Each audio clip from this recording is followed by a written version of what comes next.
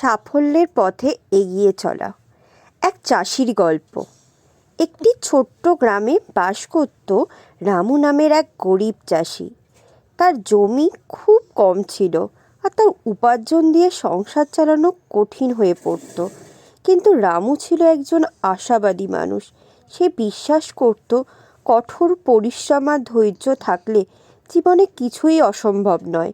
এক বছর রামু সিদ্ধান্ত নিল সে তার ছোট্ট জমিতে কিছু নতুন ধরনের ফসল ফলানোর চেষ্টা করবে। আশেপাশের লোকজন তাকে নিয়ে হাসাহাসি করত।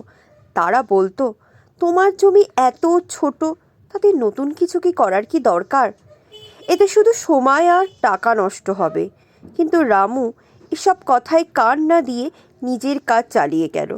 সে ফসল ফলানোর জন্য নতুন পদ্ধতি শিখল এবং পরিশ্রম করে তার জমি প্রস্তুত করলো। প্রতিদিন ভোরবেলা সে মাঠে কাজ করতে যেত এবং রাত পর্যন্ত পরিশ্রম করত।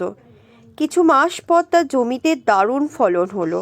গ্রামের লোকজন অবাক হয়ে দেখল রামুর জমি এখন সোনার মতো চকচক করছে।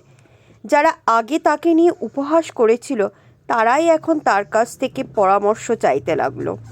এই সাফল্য দেখে রামু বুঝতে পারল জীবনে সফল হতে হলে অন্যের কথায় মন খারাপ না করে নিজের ওপর বিশ্বাস রাখতে হয়। আর এই বিশ্বাস ও পরিশ্রমী জীবনে যে কোনো বাধা অতিক্রম করতে সাহায্য করে। বন্ধুরা, গল্পটি যদি ভালো লেগে থাকে তাহলে অবশ্যই গল্পটিকে লাইক করবেন আর এরকম গল্প শোনার জন্য অবশ্যই চ্যানেলটিকে সাবস্ক্রাইব করে যাবেন।